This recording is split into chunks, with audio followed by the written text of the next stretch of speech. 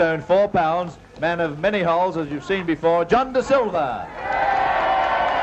And from Sydney, Balmain in Sydney, at 16.5 stone, they call him Up the Tigers, George Barnes. Well, I want you to know, ladies and gentlemen, you are still going to see that outstanding tag team bout. Yes, the contestants are standing by for the big one, Abdullah the Butcher, Walter Vonerick against Mark Lewin and Spurs Arian. So I would advise you, if you feel any of your friends are not aware of this, contact them, have them tune in to this great television program so that they can witness the big tag teams in action. Meanwhile, John De Silva and George Barnes have been added to the excitement of the program for your enjoyment. John De Silva, New Zealand's wrestling star, and a popular one indeed.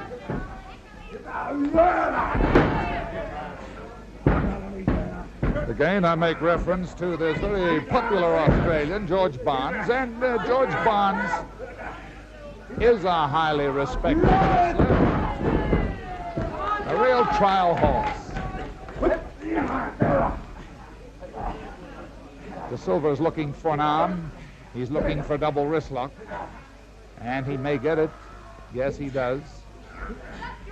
Then he tried to turn it around into something else, but Barnes wasn't giving way.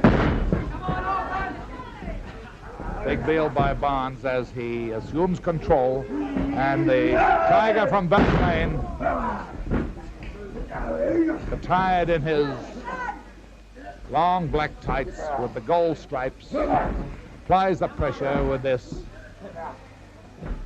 half forward Nelson. Well, De Silva is a stylish wrestler. Oh, a big bump taken by Barnes, and I've said this before, but I close my eyes until they come down and land safely, because that was a big blow. And what's De Silva up to? De Silva has such a variety of moves, it's difficult to know just what he is coming up with next. And he covers his man, the count is won, and a close call. And so De Silva is finding George Barnes quite an obstacle.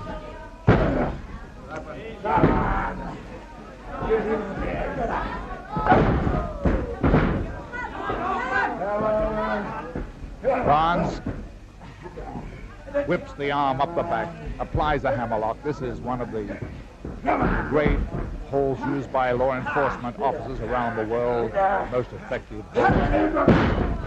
And hanging onto it tenaciously, Barnes refused to be shaken loose. Come on, give up, give up. So De Silva, how will he escape it now? He tries to get away, and he does. He actually ran away from the hold. And De Silva again demonstrates his ability to count 1, 2, and oh, what a close call for George Barnes. A brilliant move by De Silva.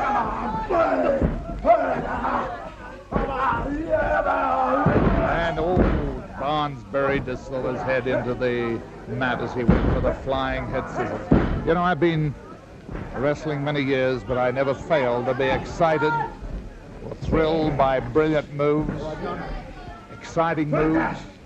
Although this one that Barnes has at the moment will require a nice move by De Silva to escape. He goes up, balances himself. Barnes holds on to him to make sure he doesn't spin out of that hold.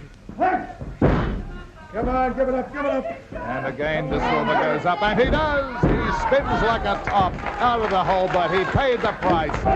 The rubbing on the ears. Getting out of holes like that is costly.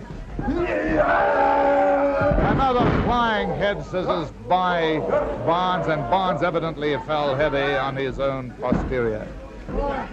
He favored it then.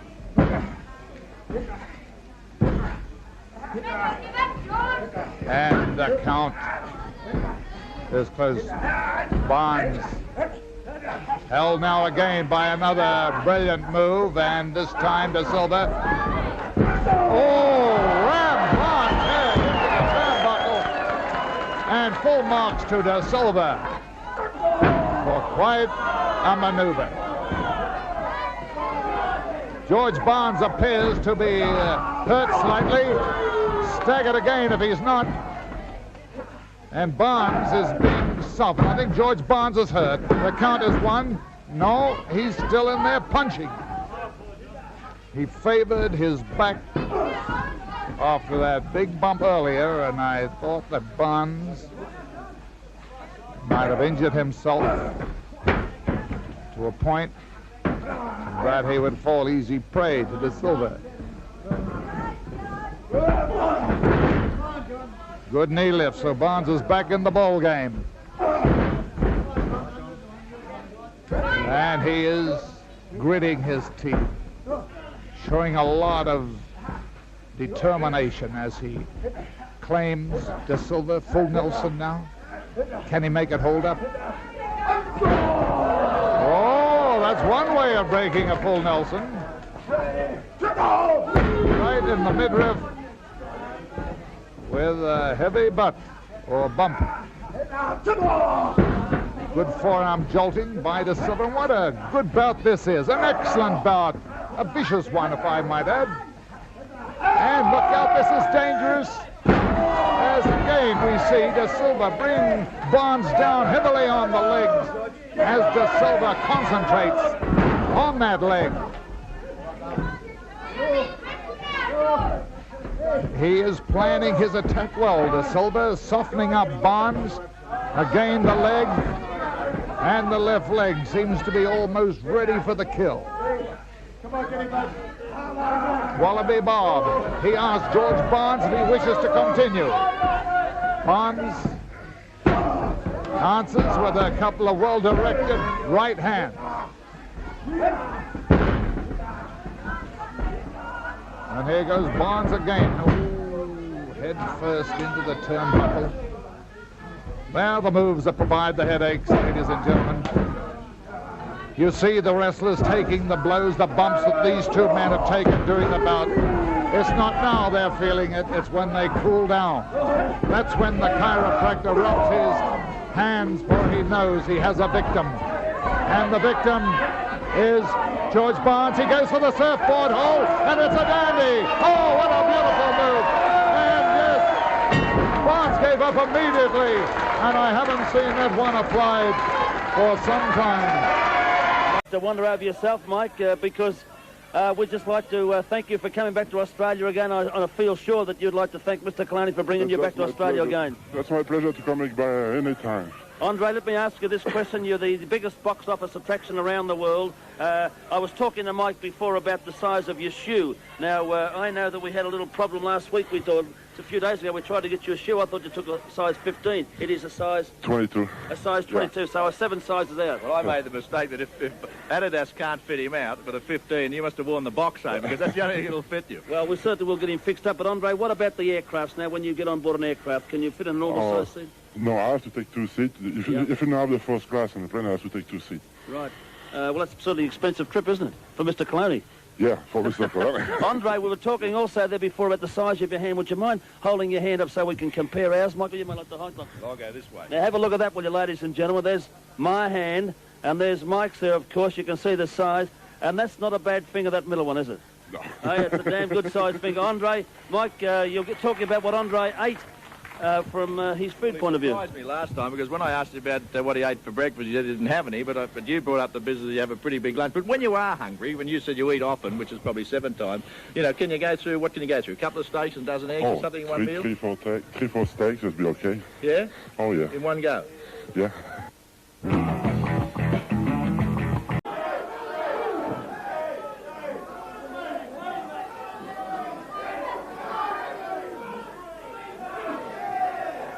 Day and Rickard must be getting in the closing stages of this Commonwealth title match. Will want to fall soon. Nice up and under from the leg of the thigh of Larry O'Day. He hasn't done many of his up and unders with the arm tonight. Now got Rickard down. The knee comes up to the head of O'Day. As O'Day tightens. He's got to get those shoulders of Rickard on the ground. Dennis Bellamy looking closely. Can O'Day do it from here? He's got to get that other shoulder down. He's got to get them both down at the same time. Rickard can get around and get on his knees. At least enough. Oh, hits. That's good work by Rickard. He flips him over at cradle. And will go for the fall.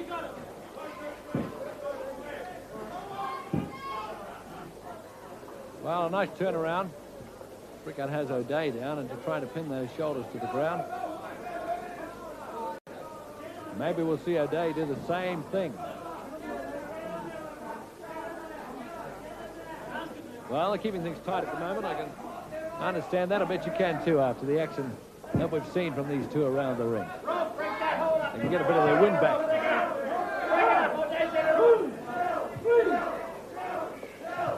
Well, the break had to come anyway. O'Day was on the ropes, had touched the rope.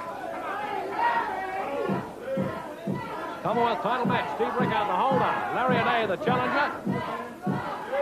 Hello, a little feigning going on there. Cut that out, says Larry O'Day. He doesn't like that. He's come over the ring here. Stalking like a panther at the moment. Ooh.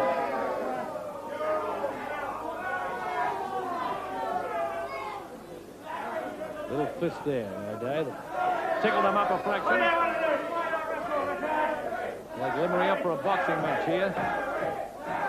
Who's going first? Both grip each other. Rickard in the turnbuckle. He'll go. Oh! Nice little slip away by Rickard for him to put the fist into the chest. And another one. O'Day on the rope. And over! Rickard going for the fall. Count of two.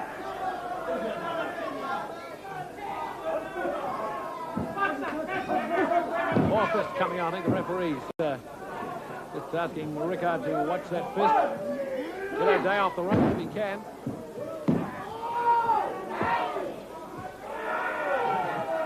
Little leg lock.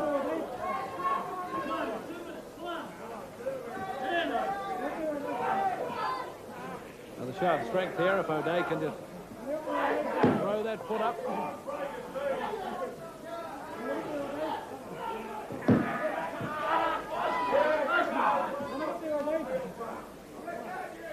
Steve saying to Larry O'Day, come on, come on. Come on, you give in. Dennis Bellamy out and check that shoulder on the ground.